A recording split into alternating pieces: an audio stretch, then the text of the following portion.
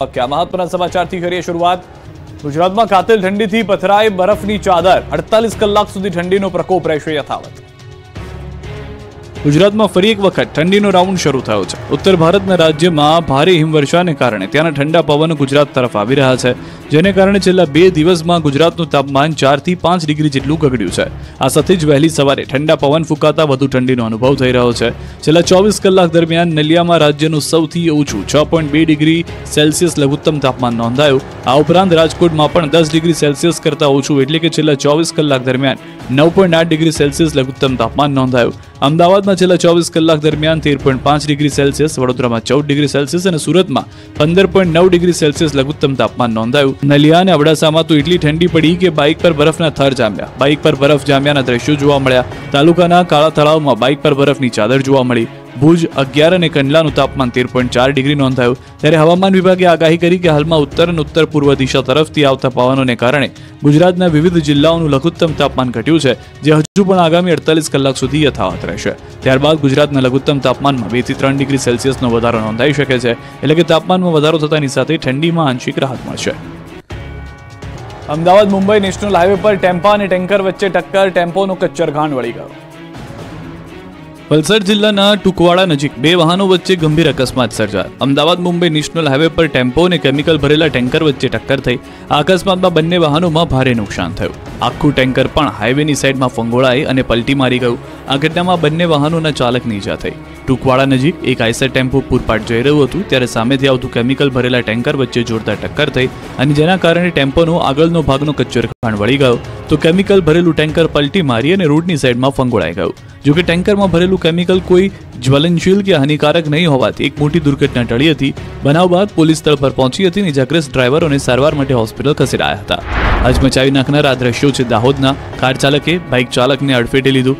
Car પૂરપાટ જતી હતી ત્યારે રોડ ક્રોસ કરતા બાઇક ચાલકને કાર ચાલક મોતની ટક્કર મારે છે। 10 સેકન્ડમાં જ કારની ટક્કરમાં બાઇક ચાલક રોડ પર ફંગોળાઈ જાય છે।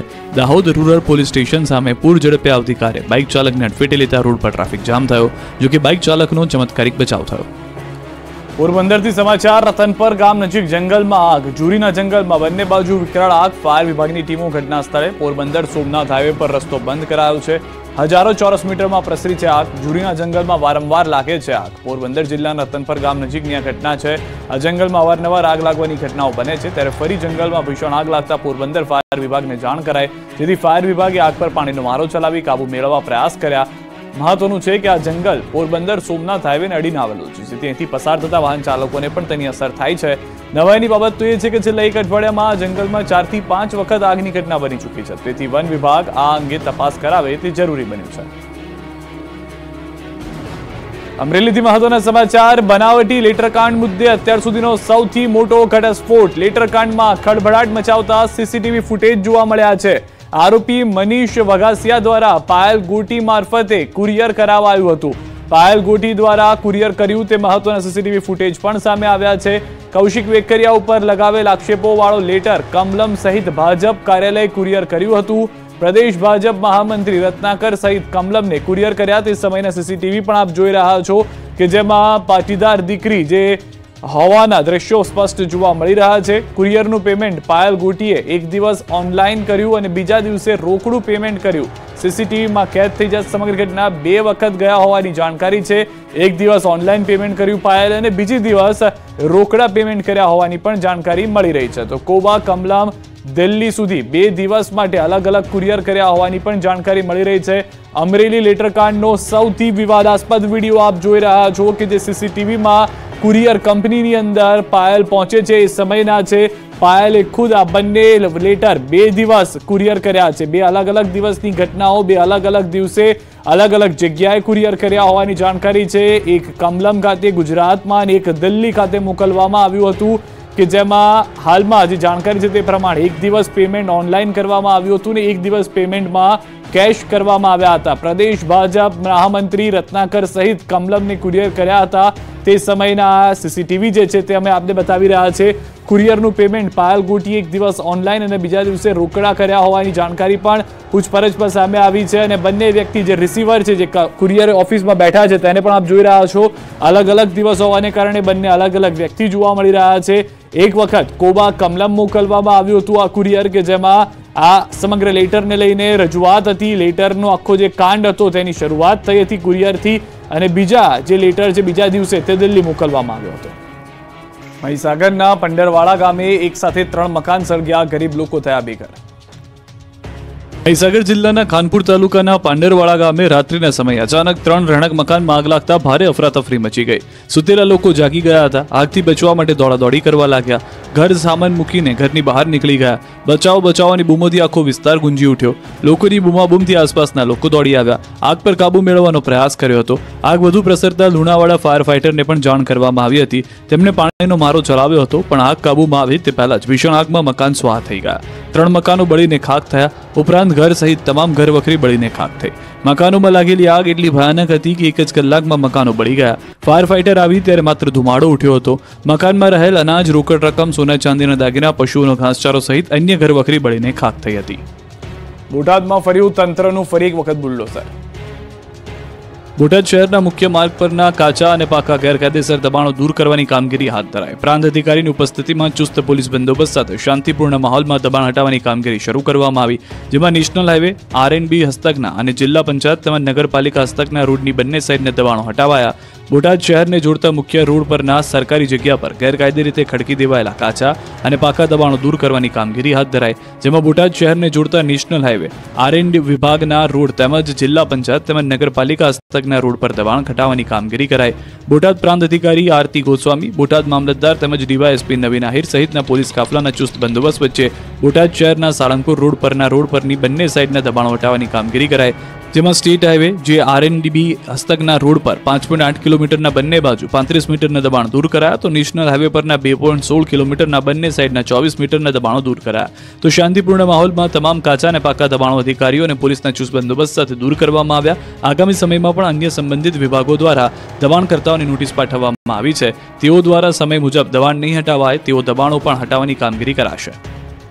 વિછિયા પોલીસ સ્ટેશનને બાનમાં લેવા મુદ્દે 84 લોકો સામે ફરિયાદ દાખલ.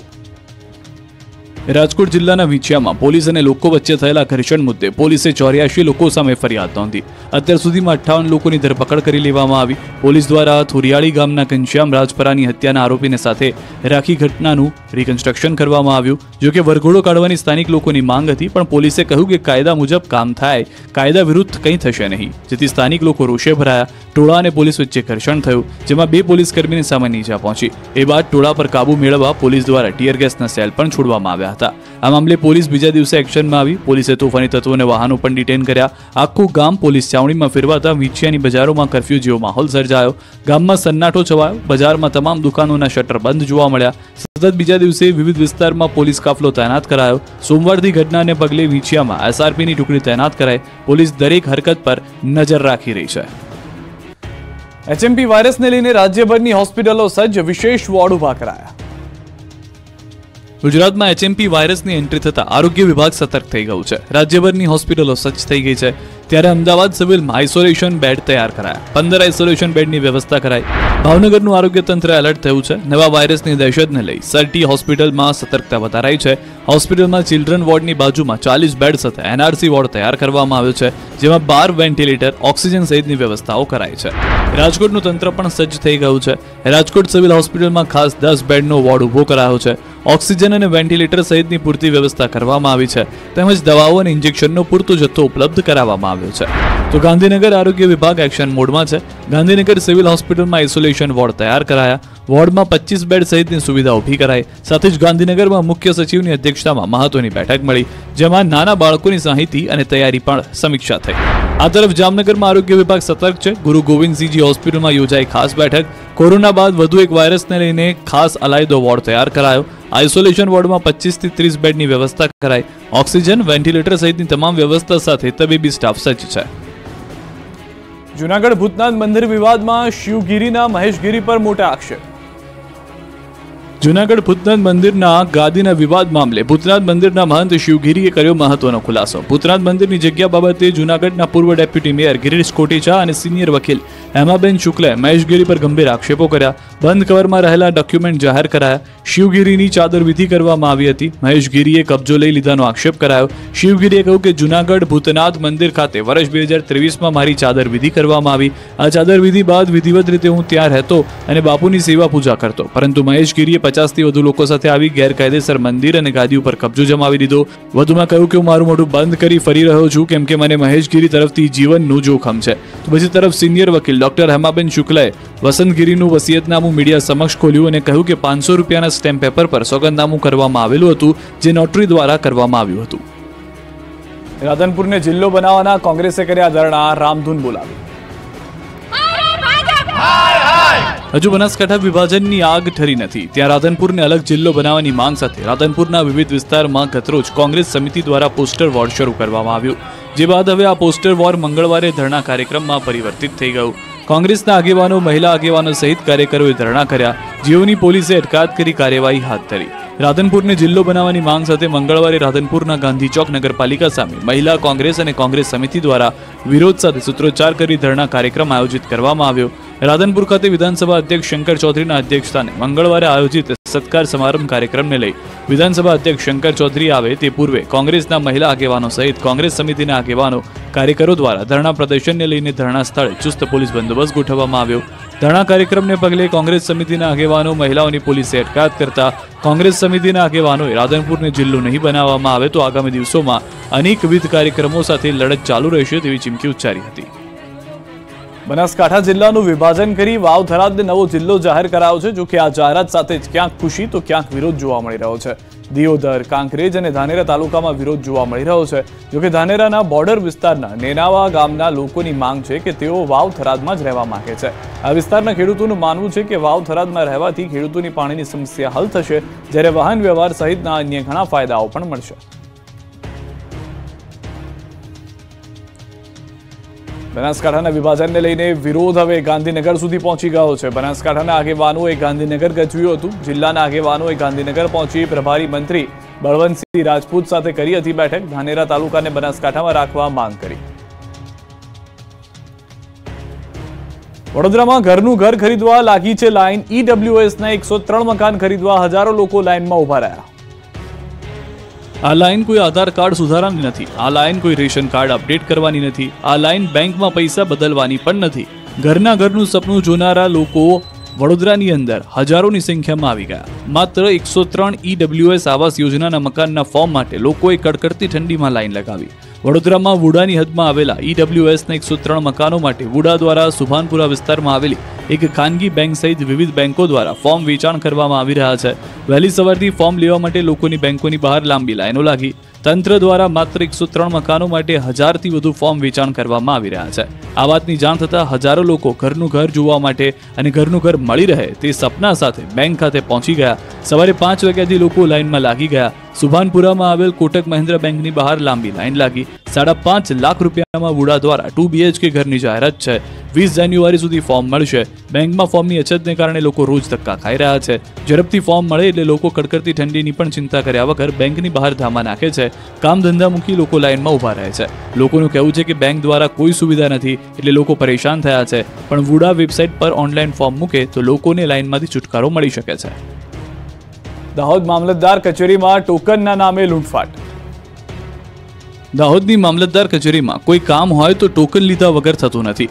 અધિકારીઓને મળવા માટે પણ ટોકન જરૂરી છે. ટોકન લેવા દરરોજ આ રીતે લોકોને લાઈનમાં ઊભા રહેવું પડે છે. લોકો વિવિધ કામ માટે અહીં લાઈન લગાવે છે. કલાકો સુધી લાઈનમાં ઊભા રહ્યા બાદ ટોકન મળે છે. આ ટોકનના નામે પણ લૂંટફાટ થતી હોવાનો આક્ષેપ છે. મામલતદાર કચેરીમાં એક ટોકનના 20 રૂપિયા લેવામાં આવે છે. દરરોજ હજારો લોકો દાહોદમાં લીમખેડા મામલતદાર કચેરી આવે છે. એ હિસાબે મળતિયાઓ દરરોજ હજારો રૂપિયાની લૂંટ ચલાવે છે, જેને લઈને લોકોમાં રોષ ફેલાયો છે. અરજદાર તો ત્યાં સુધી કહી રહ્યા છે કે એક દિવસે 20 રૂપિયાનું લીધેલું ટોકન માત્ર એક જ દિવસ ચાલે છે. બીજા દિવસે ફરી 20 રૂપિયાનું ટોકન લેવું પડે છે. આમ વારંવાર ટોકન માટે પણ 20 રૂપિયા ખર્ચ કરવો પડે છે. તો બીજી તરફ મામલતદાર કહી રહ્યા છે કે અધિકારીઓને મળવાના કોઈ ટોકન નથી, માત્ર એન્ટ્રી કરવાની હોય છે. ત્યારે અરજદારોની માંગને ધ્યાને લઈ ટોકન સિસ્ટમ બંધ કરી દેવામાં આવી છે. પરંતુ અહીં ગુડ ગવર્નન્સની વાતો પાયાવિહોણી સાબિત થઈ રહી છે. બિલીમોરામાં સુરક્ષા વગર જેસીબીના પાવડા પર ચડીને સ્ટ્રીટ લાઇટના તાર બાંધ્યા. નવસારીના બિલીમોરા નગરપાલિકાના અધિકારીઓની ગંભીર બેદરકારી જોવા મળી। જી હા, પાલિકાના અધિકારીઓએ પાલિકાના કર્મચારીનો જીવ જોખમાય તે રીતે કામ કરાવ્યું। કોઈપણ જાતના સેફટીના સાધનો વિના બ્રિજ પર જેસીબી મશીન પર ચડીને યુવકે જોખમી રીતે કામ કર્યું। રેલવે ઓવરબ્રિજ પર લોકોના પતંગની દોરીથી જીવ બચાવવા પાલિકા તંત્રે પુલ પરના સ્ટ્રીટ લાઇટ પર તાર બંધાવ્યા, પરંતુ તાર બાંધવા માટે કર્મચારીને લિફ્ટરની જગ્યાએ જેસીબી મશીન પર ચડાવ્યો, ત્યારે કોઈ